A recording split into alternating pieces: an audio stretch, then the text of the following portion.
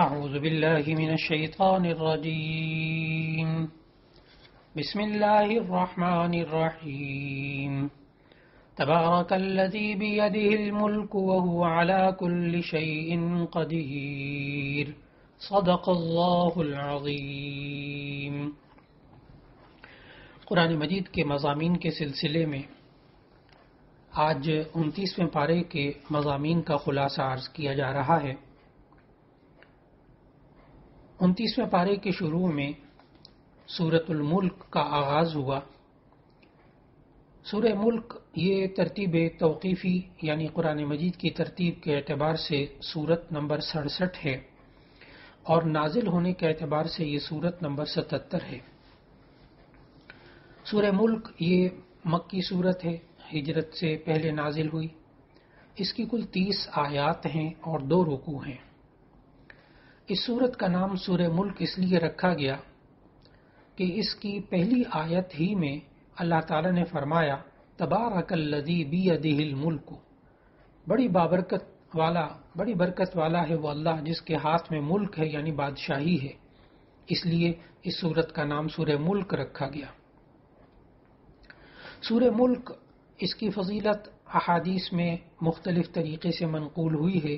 یہ روایات حضرت ابو ہریرہ رضی اللہ تعالیٰ عنہ کے حوالے سے ابن ماجہ، سنن نسائی، سنن ابی داؤد، جامع ترمذی میں موجود ہے کہ نبی صلی اللہ علیہ وسلم نے فرمایا قرآن حکیم میں 30 آیات ہیں یعنی سورہ ملک کی 30 آیات جو اپنے پڑھنے والے کے لیے سفارش کرتی ہیں، چنانچہ اس کی بندے کی مغفرت کر دی جاتی ہے۔ اس سورت کو قبر کے عذاب سے نجات دینے والی سورت بھی کہا گیا۔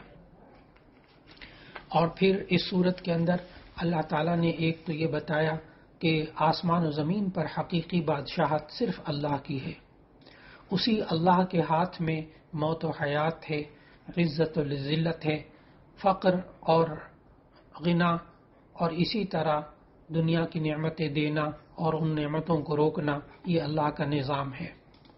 پھر اس کے بعد اللہ تعالیٰ نے بتایا کہ وہ اللہ علیم و خبیر ہے، اسے ہر بات کا علم ہے۔ پھر اللہ نے بتایا کہ زمین میں چلنے پھرنے کے لیے اسی اللہ نے راستے بنائے ہیں، اور یہ فضاؤں میں اڑتے ہوئے پرندوں کو وہی اللہ روکے ہوئے ہے، وہ ہر کسی کو روزی دیتا ہے۔ پھر اس کے بعد سورہ ملک کے اندر اللہ تعالیٰ نے اپنے وجود اور اپنی قدرت کا ذکر کیا کہ آسمان کی چھت اللہ نے انسانوں کے لیے بنائی، اس میں ستاروں کی قندیلیں اللہ نے لگائیں، زمین کو فرش بنایا انسان کے لیے، اور پانی کے بہتے ہوئے چشمے اللہ تعالیٰ نے پیدا کیے۔ یہ سب ایک حکیم و خبیر ذات کے وجود کو بتا رہے ہیں۔ پھر اللہ تعالیٰ نے 8ویں آیت میں فرمایا کہ وہ دوزخ جو جوش مار رہی ہوگی، یوں لگے گا کہ غصے کے مارے پھٹ جائے گی۔ اور پھر اللہ تعالیٰ نے آخرت کا ذکر کرتے ہوئے فرمایا کہ اس عذاب کو جب لوگ قریب سے دیکھیں گے تو ان کے چہرے بگڑ جائیں گے اور ان سے کہہ دیا جائے گا یہی ہے جسے تم طلب کرتے تھے۔ اس کے بعد سورہ قلم کا آغاز ہوتا ہے۔ 29ویں پارے میں سورہ قلم یہ ترتیب توقیفی کے اعتبار سے سورت نمبر 68 ہے اور نازل ہونے کے اعتبار سے یہ سورت نمبر 2 ہے۔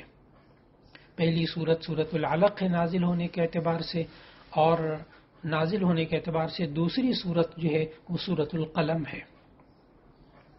سورہ قلم یہ مکی سورت ہے، اس میں یعنی ہجرت سے پہلے ظاہر نازل ہوئی، آیات اس میں 52 ہیں، 2 رکوع ہیں۔ اس سورت کے 2 نام ملتے ہیں، ایک سورہ نون اور ایک سورہ قلم۔ سورہ قلم اس لیے کہا جاتا ہے کہ اللہ تعالیٰ نے اس کے شروع میں قسم کھائی، نون والقلم وما یسطرون، اس لیے اس کو سورہ قلم کہا جاتا ہے، اور چونکہ اس کے شروع میں نون آیا اس لیے اس کو سورہ نون بھی کہا جاتا ہے۔ اور نون کا مطلب بعض مفسرین نے احادیث کی روشنی میں دوات کا معنی لکھا ہے، اس لیے کہ حضرت عبداللہ ابن عباس رضی اللہ تعالیٰ عنہ سے روایت ہے کہ سب سے پہلی چیز جو اللہ نے پیدا کی وہ قلم تھا۔ اس قلم سے اللہ نے کہا لکھو، اس نے پوچھا کیا لکھوں؟ تو اللہ نے فرمایا تقدیر لکھو۔ چنانچہ اس دن سے قیامت تک جو کچھ ہونے والا ہے وہ اللہ نے قلم کے ذریعے لکھوا دیا۔ اور اللہ نے نون کو پیدا کیا، یعنی نون کہتے ہیں دوات کو۔ تو اس لیے اس کو سورہ نون بھی کہتے ہیں، اور نون کو حروف مقطعات میں بھی شمار کیا جاتا ہے، اور اسی طرح اس سورت کو سورۃ القلم بھی کہتے ہیں، جس سے قلم کی عظمت اور اس کی عظیم نعمت ہونے کو ظاہر کیا جا رہا ہے۔ اس سورت کے اندر اللہ تعالیٰ نے بتایا کہ نبی کریم صلی اللہ علیہ وسلم کے اخلاق اور ان کے مناقب، ان کی قدر و منزلت کا بیان ہوا، اور پھر اس کے بعد وہ لوگ کہ جو نبی صلی اللہ علیہ وسلم کو دیوانہ کہتے تھے، اللہ تعالیٰ نے قسم کھا کے فرمایا کہ آپ صلی اللہ علیہ وسلم اپنے رب کے فضل سے دیوانے نہیں ہیں، جیسا کہ آپ صلی اللہ علیہ وسلم کے مخالفین کہتے ہیں، اور بتایا کہ آپ صلی اللہ علیہ وسلم کے لیے اس صبر کرنے پر بے انتہا اجر ہے، اور آپ صلی اللہ علیہ وسلم کے اخلاق بڑے عمدہ اور بڑی عظیم اخلاق ہیں۔ پھر اس کے بعد قرآن مجید کے اندر اس صورت میں اللہ تعالیٰ نے نبی صلی اللہ علیہ وسلم کے اخلاق اور مناقب بیان کرنے کے ساتھ ساتھ جو مخالفین تھے ان کی اخلاقی پستی کو بیان کیا، اور ان کی جو فکر کا ٹیڑھا پن تھا اسے بیان کیا۔ آیت نمبر 10 سے 14 تک اللہ تعالیٰ نے فرمایا کہ کسی ایسے شخص کا کہا نہ ماننا جو زیادہ قسمیں کھانے والا، بے وقار، کمینہ، عیب گو، چغل خور، بھلائی سے روکنے والا، حد سے بڑھ جانے والا، گناہ گار، پھر ساتھ ہی بے نسب بھی ہو، اس کی سرکشی صرف اس لیے ہے کہ وہ مال والا اور بیٹوں والا ہے۔ مفسرین لکھتے ہیں کہ یہ آیت نمبر 10 سے 14 تک یہ آیات سرداران قریش میں سے ولید ابن مغیرہ کے بارے میں نازل ہوئی۔ پھر ایک اور مضمون اللہ تعالیٰ نے اس صورت میں جو خاص اہمیت کا حامل ہے وہ ہے اصحاب الجنہ، یعنی باغ والوں کا قصہ ذکر کیا۔ آیت نمبر 17 سے لے کر آیت نمبر 33 تک اللہ تعالیٰ نے اصحاب الجنہ کا ذکر کیا۔ اصل میں یہ قصہ عربوں میں مشہور تھا۔ یہ باغ یمن کے قریب تھا، اس کا مالک اس کی پیداوار میں سے غربا پر خرچ کیا کرتا تھا، لیکن اس کے مرنے کے بعد جب اس کی اولاد اس باغ کی وارث بنی تو انہوں نے اپنے اخراجات اور مجبوریوں کا بہانہ بنا کر مساکین کو محروم رکھنے اور ساری پیداوار سمیٹ کر گھر لے جانے کی منصوبہ بندی کی، تو اللہ تعالیٰ نے ان آیات میں بتایا کہ اللہ نے اس باغ ہی کو تباہ کر دیا۔ اس قصے سے اللہ تعالیٰ نے عبرت کا سامان پیدا کیا کہ جو لوگ اپنی مالداری سے اکیلے ہی مستفید ہونا چاہتے ہیں اور کنجوسی سے کام لیتے ہیں، ان کا یہ بخل اللہ تعالیٰ برداشت نہیں کرتا، اور یہ لوگ یہ چاہتے ہیں کہ ان کے مال و متاع سے کسی اور کو بھی فائدہ نہ پہنچے۔ پھر اللہ تعالیٰ نے کفار کے لیے عبرت آموز مثال بیان کرنے کے بعد یہ صورت کے اندر متقین اور پرہیزگار لوگوں کا انجام بھی بتایا، اور اللہ تعالیٰ نے سوال کیا کیا محسن اور مجرم، کیا فرما بردار اور نافرمان، کیا بغاوت کرنے والے اور وفادار، کیا یہ دونوں برابر ہو سکتے ہیں؟ پھر اس کے بعد اللہ تعالیٰ نے آیت نمبر 42 کے اندر فرمایا قیامت کا تذکرہ کرتے ہوئے، جس دن پنڈلی کھولی جائے گی اور سجدے کے لیے بلائے جائیں گے تو سجدہ نہ کر سکیں گے۔ یہ آخرت کے بارے میں ہے۔ اصل میں یہ پنڈلی کھولنا، کشف ساق، پنڈلی کھولے جانے کے متعلق علماء اور مفسرین نے لکھا یہ قیامت کی ہولناکیاں مراد ہیں۔ دنیا میں انہیں سجدے کا اختیار دیا گیا تھا مگر یہ سجدہ نہیں کرتے تھے، آخرت میں وہ سجدہ کرنا چاہیں گے لیکن ان لوگوں سے سجدہ کرنے کی طاقت اور اختیار چھین لیا جائے گا۔ اور ہمارے تمام مفسرین یہ کہتے ہیں کہ اللہ تعالیٰ کے جتنے اعضاء کا ذکر قرآن مجید میں ہے، جیسے وجہ کا ذکر ہے، ید کا ذکر ہے، اسی طرح یہاں اس آیت میں ساق یعنی پنڈلی کا ذکر ہے، یہ متشابہات میں سے ہیں۔ ان کی حقیقت اللہ ہی جانتا ہے، اس کی کھوج میں، اس کی تعویلات کے اندر نہیں پڑنا چاہیے۔ اور پھر اللہ تعالیٰ نے سورت کے آخر میں نبی صلی اللہ علیہ وسلم کو مشرکین کی طرف سے جو ایذا اور تکلیف پہنچتی تھی اس پر صبر کی تلقین فرمائی۔ اس کے بعد سورہ حاقہ کا آغاز ہوتا ہے۔ سورۃ الحاقہ یہ ترتیب توقیفی کے اعتبار سے سورت نمبر 69 ہے اور نازل ہونے کے اعتبار سے یہ سورت نمبر 78 ہے۔ سورہ حاقہ بھی مکی سورت ہے، اس میں 52 آیات ہیں اور 2 رکوع ہیں۔ اس کو حاقہ اس لیے کہتے ہیں کہ اس سورت کے شروع میں آیا الحاقۃ ملحاقہ وما ادراک ملحاقہ، حاقہ کا معنی ہوتا ہے ثابت ہونے والی، حق ہونے والی۔ قیامت کے دن اللہ کے وعدے اور وعیدیں سچی ثابت ہوں گی، اس لیے اسے سورہ حاقہ کہا گیا۔ چنانچہ قیامت کے جو مختلف نام آتے ہیں ان میں سے ایک نام حاقہ بھی ہے، اس لیے اس سورت کا نام سورہ حاقہ رکھا۔ اس سورت کی ابتدا میں اللہ تعالیٰ نے قیامت کی ہولناکیوں کو بیان کیا، قوم سمود، قوم عاد، قوم لوط جیسی قوموں کے برے انجام کا ذکر کیا۔ پھر اس کے بعد قیامت سے پہلے جو واقعات ہوں گے اللہ نے ان کا ذکر کیا آیت نمبر 14 سے آیت نمبر 17 تک، کہ سور پھونکا جائے گا، زمین اور پہاڑ ریزہ ریزہ کر دیے جائیں گے، آسمان پھٹ جائے گا، فرشتے نازل ہوں گے اور انسانوں کا احاطہ کیے ہوئے ہوں گے۔ پھر اللہ تعالیٰ نے بتایا کہ جب قیامت قائم ہو جائے گی تو انسانوں کو اللہ کے سامنے پیش کیا جائے گا۔ آیت نمبر 19 میں اللہ نے بتایا کہ ان میں سے جو نیک ہوں گے ان کا نامہ اعمال ان کے دائیں ہاتھ میں دیا جائے گا، جسے وہ خوشی کے مارے دوسروں کو دکھائیں گے۔ اگلی آیات میں بتایا کہ جو گناہگار ہوں گے ان کا اعمال نامہ بائیں ہاتھ میں دیا جائے گا، وہ بڑی حسرت سے کہیں گے کاش مجھے میری کتاب دی ہی نہ جاتی اور میں جانتا ہی نہیں کہ حساب کیا ہے، کاش موت میرا کام ہی تمام کر دیتی، میرے مال نے مجھے کچھ فائدہ نہ دیا، میرا غلبہ مجھ سے جاتا رہا۔ پھر انہیں جہنم میں ڈال دیا جائے گا۔ پھر آیت نمبر 33 سے اللہ تعالیٰ نے بدبختوں کی علامات بتائیں کہ بنیادی طور پر بدبختوں کی دو علامات ہوتی ہیں۔ ایک علامت اللہ نے آیت نمبر 33 میں بتائی کہ پہلی علامت یہ ہے کہ وہ اللہ پر ایمان نہیں رکھتے، اور آیت نمبر 34 میں بدبختوں کی دوسری علامت بتائی کہ یہ مسکین کو، محتاجوں کو کھانا کھلانے کی ترغیب نہیں دیتے۔ نیک بختوں اور بدبختوں کا انجام بتانے کے بعد اللہ تعالیٰ نے نبی صلی اللہ علیہ وسلم اور قرآن کے سچا ہونے پر قسم کھاتے ہوئے فرمایا، پس قسم ہے مجھے ان چیزوں کی جنہیں تم دیکھتے ہو اور ان چیزوں کی جنہیں تم نہیں دیکھتے، بے شک یہ قرآن بزرگ رسول کا لایا ہوا ہے، یہ کسی شاعر کا قول نہیں، لیکن تم بہت کم یقین رکھتے ہو، نہ یہ کسی کاہن کا قول ہے، لیکن تم بہت کم نصیحت قبول کرتے ہو، یہ تو رب العالمین کا اتارا ہوا قرآن ہے۔ پھر اس کے بعد سورہ معارج کا آغاز ہو رہا ہے 29ویں پارے میں۔ سورہ معارج یہ ترتیب توقیفی کے اعتبار سے سورت نمبر 70 ہے، اور نازل ہونے کے اعتبار سے سورت نمبر 79 ہے، 7-9 مکی سورت ہے۔ سورہ معارج یہ ہجرت سے پہلے نازل ہوئی، اس میں کل 44 آیات ہیں اور 2 رکوع ہیں، اور اس سورت کا نام سورت المعارج اس لیے رکھا گیا کہ اللہ تعالیٰ نے آیت نمبر 3 میں فرمایا من اللہ ذی المعارج۔ معارج سے مراد درجات ہیں، یعنی آسمان ہیں، آسمان کے درجات مراد ہیں، اسی نسبت سے اس کو معارج، سورت المعارج کہا جاتا ہے۔ سورت کے آغاز میں اللہ تعالیٰ نے بتایا کہ کفار مکہ نبی صلی اللہ علیہ وسلم کا اور آپ کی دعوت کا مذاق اڑاتے ہیں اور آپ سے مطالبہ کرتے ہیں کہ جو عذاب آنے والا ہے وہ جلدی لے آئیں تاکہ آخرت سے پہلے ہم دنیا میں اس عذاب سے نمٹ لیں۔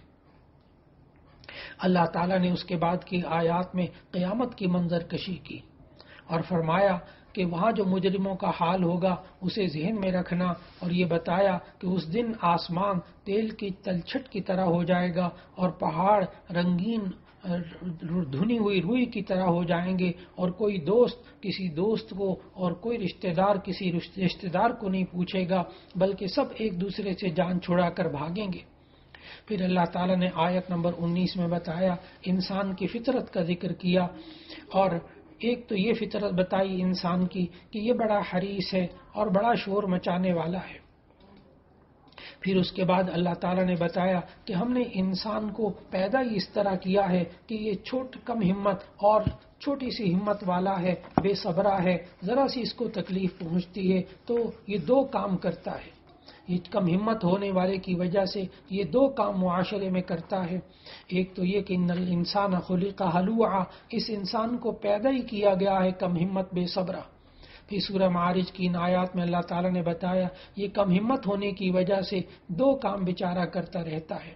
اذا مسہ الشر جزوعا، جب اس کو تکلیف پہنچتی ہے تو یہ بڑا شور مچاتا ہے، واذا مسہ الخیر منوعا، اور جب اس کے حالات اچھے ہوتے ہیں، یا مفسرین نے لکھا کہ خیر سے مراد مال و دولت ہے، جب اس کو مال و دولت ملتی ہے تو ایسی صورت کے اندر یہ اس کو روک کر بیٹھ جاتا ہے۔ معلوم ہوا کہ انسان اگر کم ہمت ہو جائے، بے صبرا ہو جائے، تو پھر ایسی صورت میں اللہ تعالیٰ نے آگے خوبیاں بتائیں کہ یہ خوبیاں اگر کسی بندے کے اندر ہوں تو وہ کم ہمت نہیں ہوتا۔ آیت نمبر 19 سے آیت نمبر 35 تک اللہ تعالیٰ نے پھر وہ خوبیاں بتائیں۔ اللہ تعالیٰ نے بتایا کہ الا المصلین الذین هم علی صلاتهم دائمون، مگر وہ لوگ جو نماز پابندی سے پڑھنے والے ہوتے ہیں وہ کم ہمت نہیں ہوتے۔ پھر دوسری خوبی یہ بتائی کہ وہ لوگ جو اپنے مالوں کے اندر مال کے مستحق اور مال سے محروم لوگوں کا حق سمجھتے ہیں۔ تیسری خوبی یہ بتائی والذین یصدقون بیوم الدین، وہ لوگ جو روز جزا کی تصدیق کرتے ہیں کہ ہمیں ہمارے اعمال کا بدلہ آخرت میں ملے گا، وہ بڑے باہمت انسان ہوتے ہیں۔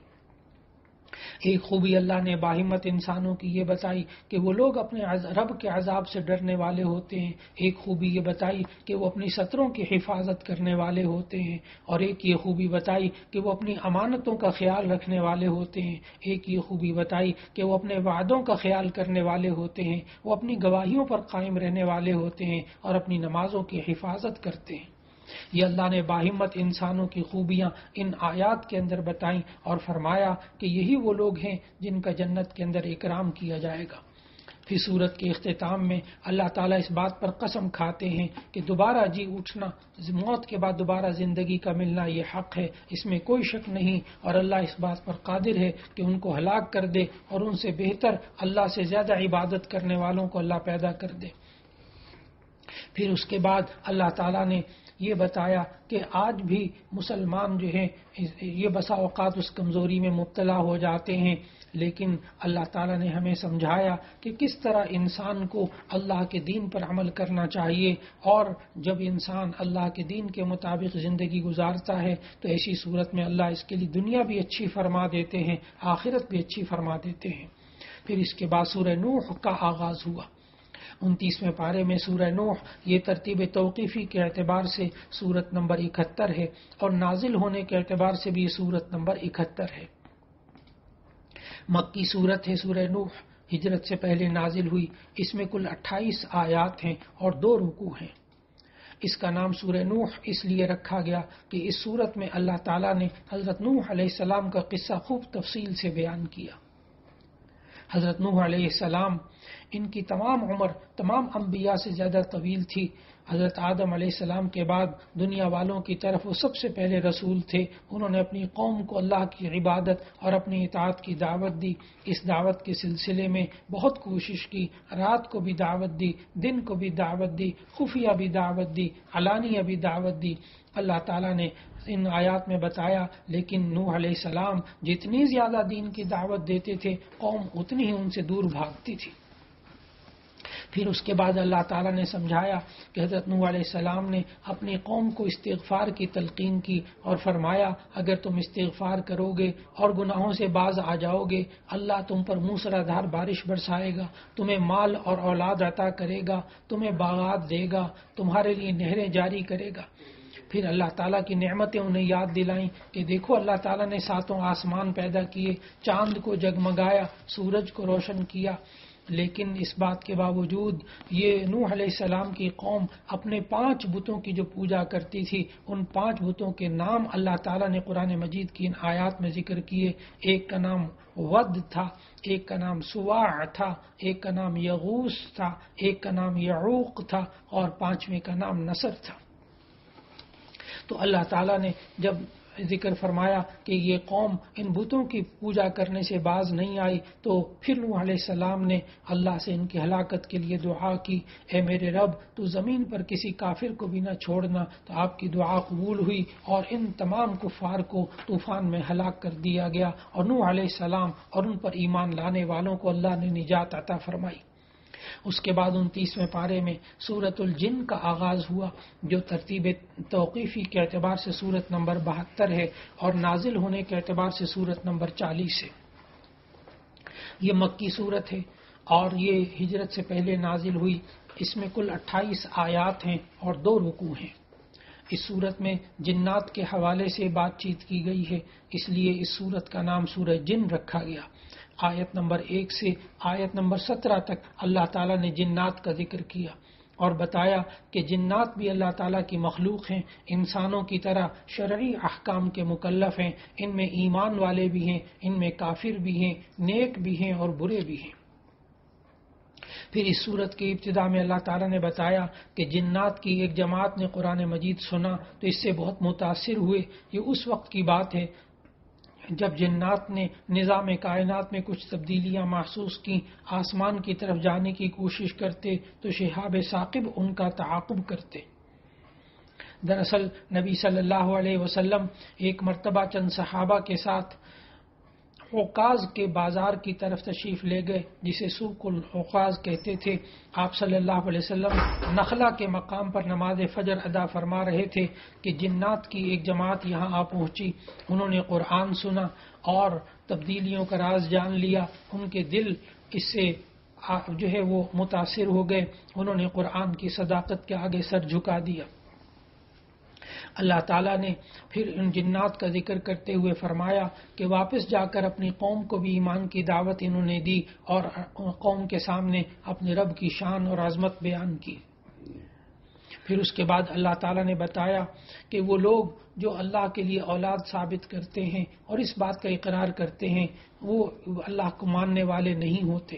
پھر اللہ نے بتایا کہ سب لوگ ایک جیسے نہیں ہوتے، کوئی مومن ہوتا ہے، کوئی کافر ہوتا ہے، کوئی مطیع ہوتا ہے، کوئی گناہ گار ہوتا ہے، کوئی عقل مند ہوتا ہے، کوئی بے وقوف ہوتا ہے، اسی طرح کوئی جہنم میں جائے گا، کوئی جنت میں جائے گا۔ جنات کا تذکرہ کرنے کے بعد اس صورت میں اللہ تعالیٰ نے رسول اللہ صلی اللہ علیہ وسلم کی دعوت کا ذکر کیا کہ آپ صلی اللہ علیہ وسلم نے اللہ کے حکم سے انسانوں کو ایمان اور توحید کی دعوت دی اور اپنے بارے میں فرمایا کہ میں صرف اللہ کو پکارتا ہوں، اس کے ساتھ کسی کو شریک نہیں ٹھہراتا، میرے ہاتھ میں نہ نفع ہے نہ نقصان ہے، میرا کام تو صرف اللہ کے پیغام تو تمہارے تک پہنچانا ہے اور اللہ جانتا ہے کہ میں نے اس کا پیغام اس کے بندوں تک پہنچا دیا۔ پھر اس کے بعد سورہ مزمل کا آغاز ہوتا ہے۔ 29ویں پارے میں یہ ترتیب توقیفی کے اعتبار سے سورت نمبر 73 ہے اور نازل ہونے کے اعتبار سے یہ سورت نمبر 3 ہے۔ یہ مکی سورت ہے، ہجرت سے پہلے نازل ہوئی۔ اس میں کل 20 آیات ہیں اور 2 رکوع ہیں۔ اس سورت کا نام سورہ مزمل اس لیے رکھا گیا کہ آیت نمبر 1 میں پہلی ہی آیت میں ہے یا ایھا المزمل۔ مزمل کا معنی ہوتا ہے کپڑے میں لپٹنے والا، چادر میں لپٹنے والا، کپڑے میں لپٹنے والے، اس سورت کا نام سورہ مزمل رکھا گیا۔ اس سورت میں نبی صلی اللہ علیہ وسلم کی زندگی کے مختلف پہلوؤں کا بیان ہوا۔ ایک تو یہ کہ نبی صلی اللہ علیہ وسلم خالص اللہ کی طرف متوجہ رہتے تھے۔ نبی صلی اللہ علیہ وسلم اللہ کی عبادت کرتے تھے، اللہ کی اطاعت کرتے تھے، اللہ کے سامنے قیام اور تلاوت کا ذکر کیا۔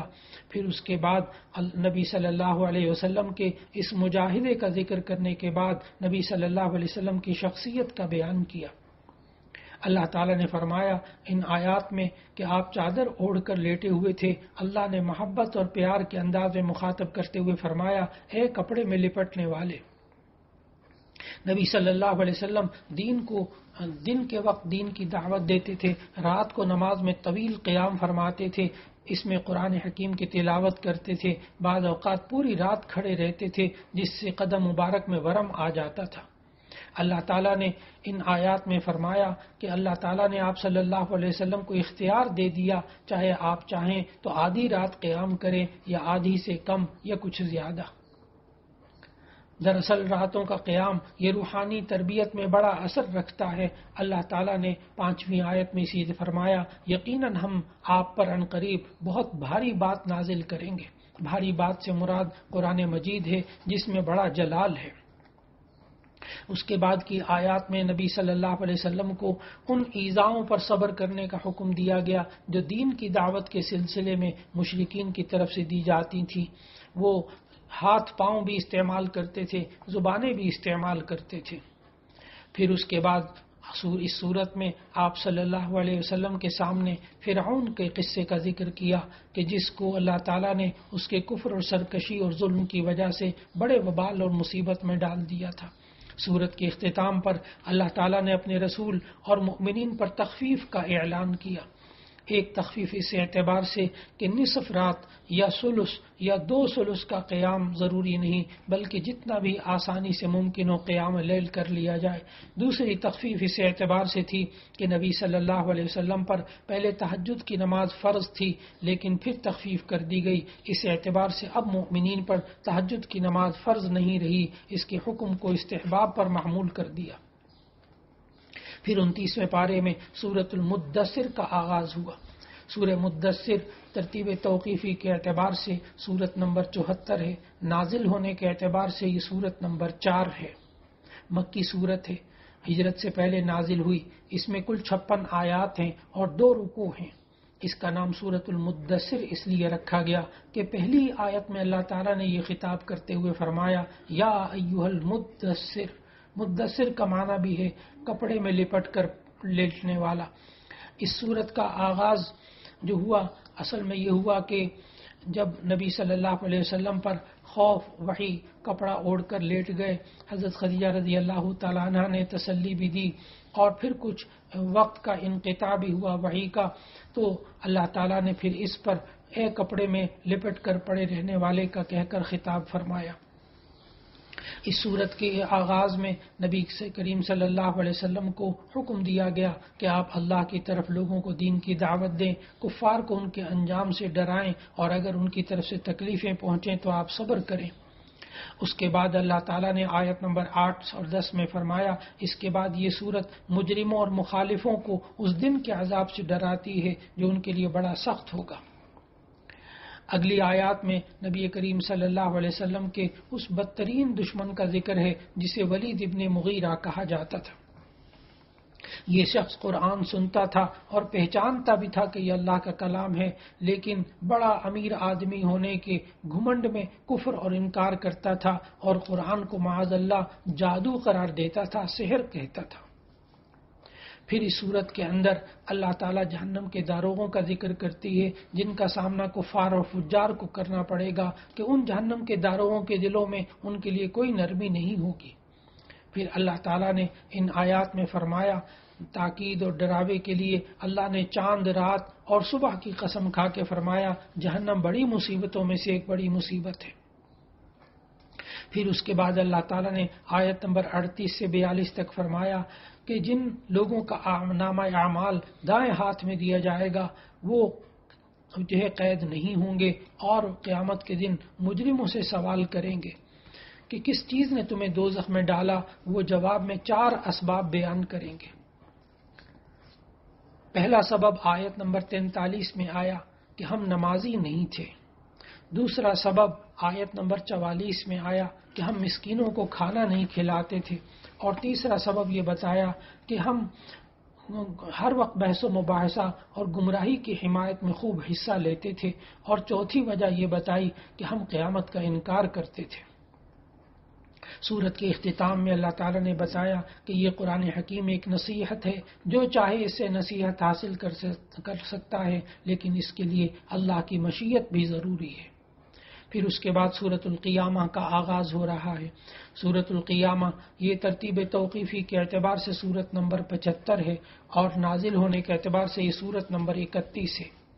سورۃ القیامہ، اس میں اللہ تعالیٰ نے قیامت کا ذکر کیا اور یوں فرمایا لا اقسم بیوم القیامہ، اللہ نے قیامت کے دن کی قسم کھائی، اس لیے سورت کو سورۃ القیامہ کہا جاتا ہے۔ اس میں 40 آیات ہیں اور 2 رکوع ہیں۔ چونکہ اس کے اندر قیامت کا ذکر ہے، اس سورت کا موضوع مرنے کے بعد دوبارہ جی اٹھنا یہ بتایا گیا کہ یہ اس میں قیامت کی علامات بھی اور اس کی شدتوں کا بھی ذکر کیا، اور جو اس وقت حالت ہوتی ہے اس کا بھی نقشہ کھینچا گیا۔ اس سورت کی ابتدا میں اللہ تعالیٰ نے یوم القیامہ اور نفس لوامہ کی قسم کھائی۔ نفس کی 3 قسمیں اللہ تعالیٰ نے قرآن مجید میں بتائیں۔ ایک تو 13ویں پارے کی پہلی آیت میں گزری کہ یہ وہ نفس ہے، نفس امارہ، یہ وہ نفس ہے جو برے کاموں کی طرف مائل رہتا ہے، اس کو برے کاموں میں مزہ آتا ہے، گناہوں میں لطف آتا ہے۔ دوسرا سورہ قیامہ میں یہاں نفس لوامہ ذکر کیا، دوسرا وہ جو انسان کو گناہوں پر ملامت کرتا ہے، نیک اعمال بھی کرتا ہے لیکن کبھی کبھی گناہ ہو جائے تو ملامت کرتا ہے اپنے آپ کو، تو اس کو نفس لوامہ کہتے ہیں۔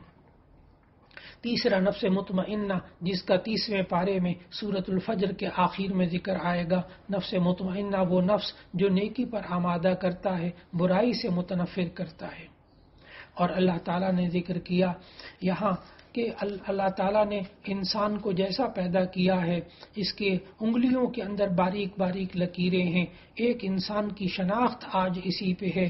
اللہ فرمائے گا کہ ہم قیامت کے دن ان پوروں کو بھی اس کی حیت اور شکل پر بنا دیں گے، اور اسی طرح انسان کو دوبارہ اٹھائیں گے، یہاں تک کہ یہ انسان کی انگلیاں بھی بولیں گی، انسان کے پوروے بھی بولیں گے، اس کے اعمال کے بارے میں گواہی دیں گے۔ پھر اس کے بعد سورۃ القیامہ کے اندر اللہ تعالیٰ نے قیامت کی علامات کا ذکر کیا کہ جس وقت نگاہ انسان کی پتھرا جائے گی، چاند بے نور ہو جائے گا، سورج اور چاند جمع کر دیے جائیں گے، اس دن انسان کہے گا آج بھاگنے کی جگہ کہاں ہے۔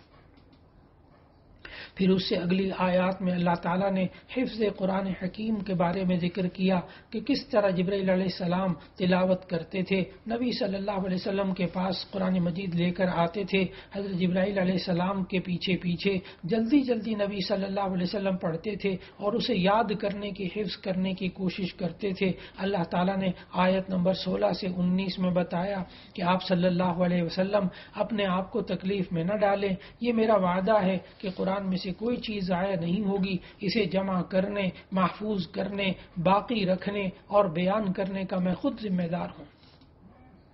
پھر اس کے بعد اللہ تعالیٰ نے انسانوں کے 2 گروہوں کا ذکر کیا، ایک نیک بختوں کا، ایک بدبختوں کا۔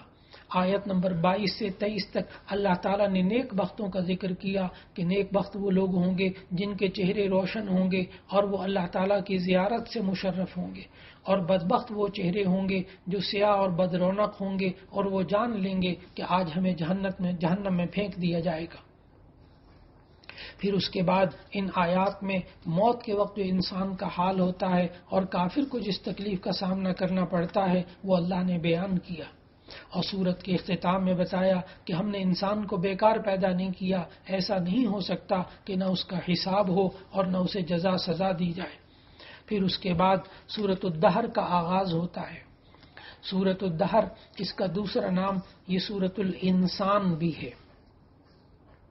اس سورت، یہ ترتیب توقیفی کے اعتبار سے سورت نمبر 76 ہے اور نازل ہونے کے اعتبار سے یہ سورت نمبر 98 ہے۔ سورہ دہر یہ مدنی صورت ہے، ہجرت کے بعد نازل ہوئی، اس میں 31 آیات ہیں اور 2 رکوع ہیں۔ چونکہ اس صورت کے اندر اللہ تعالیٰ نے هل اتى على الانسان حين من الدهر، تو اس آیت میں انسان کا بھی ذکر ہے اور دہر یعنی زمانے کا بھی ذکر ہے، اس لیے اس سورت کو سورۃ الانسان بھی کہتے ہیں اور سورۃ الدہر بھی کہتے ہیں۔ یہ دونوں نام پہلی ہی آیت میں موجود ہیں۔ مضامین کے اعتبار سے مکی صورتوں کے اندر جیسے مضامین ہوتے تھے ان کا بھی ذکر اس صورت کے اندر ہے۔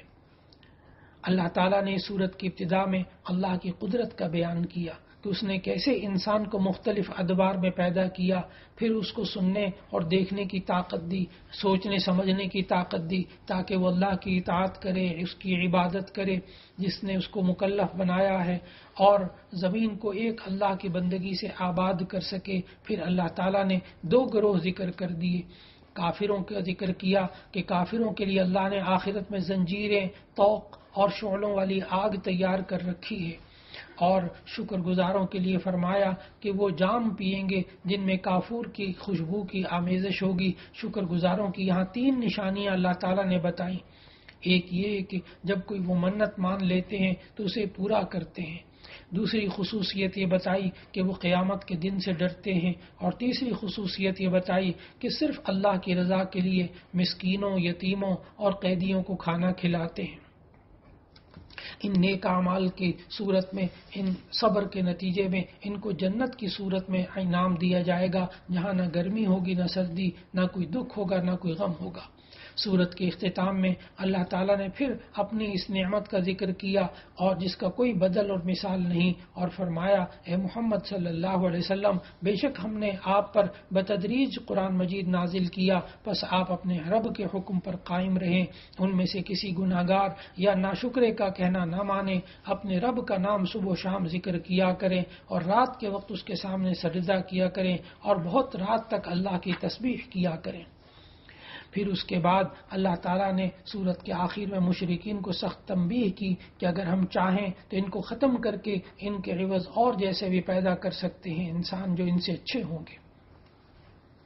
پھر اس کے بعد 29ویں پارے کی سورت المرسلات کا آغاز ہوا۔ ترتیب توقیفی کے اعتبار سے یہ سورت نمبر 77 ہے اور نازل ہونے کے اعتبار سے یہ سورت نمبر 33 ہے۔ یہ مکی سورت ہے۔ سورہ مرسلات، اس میں کل 50 آیات ہیں اور 2 رکوع ہیں۔ اس کا نام سورہ مرسلات اس لیے رکھا گیا کہ اس کی پہلی آیت میں اللہ تعالیٰ نے فرمایا والمرسلات عرفا۔ مرسلات کہتے ہیں تیز ہوائیں جو چلتی ہیں، نرم نرم چلتی ہیں، انہی ہواؤں کی نسبت سے اس سورت کا نام سورہ مرسلات رکھا گیا۔ اس سورت کی ابتدا میں اللہ تعالیٰ نے 5 قسمیں کھا کر فرمایا جس چیز کا یعنی قیامت کا تم سے وعدہ کیا ہے وہ یقیناً ہونے والی ہے۔ پھر اس سورت کے اندر اللہ تعالیٰ نے قیامت کی نشانیوں کے بارے میں مختلف نشانیوں کا ذکر کیا۔ 8ویں آیت میں اللہ تعالیٰ نے ایک نشانی یہ بتائی کہ یہ ستارے بے نور کر دیے جائیں گے۔ 9ویں آیت میں فرمایا کہ آسمان کو توڑ پھوڑ کر رکھ دیا جائے گا۔ 10ویں آیت میں بتایا کہ پہاڑ ٹکڑے ٹکڑے کر کے اڑا دیے جائیں گے، اور 11 میں بتایا کہ رسولوں کو مقررہ وقت پر لایا جائے گا۔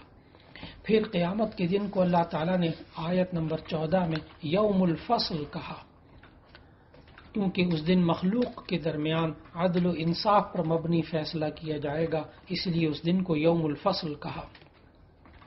قیامت کو جھٹلانے والوں کے بارے میں اللہ تعالیٰ نے وعید کرتے ہوئے فرمایا وَيْلٌ يَوْمَئِذٍ لِّلْمُكَذِّبِينَ، اس دن جھٹلانے والوں کی تباہی ہے۔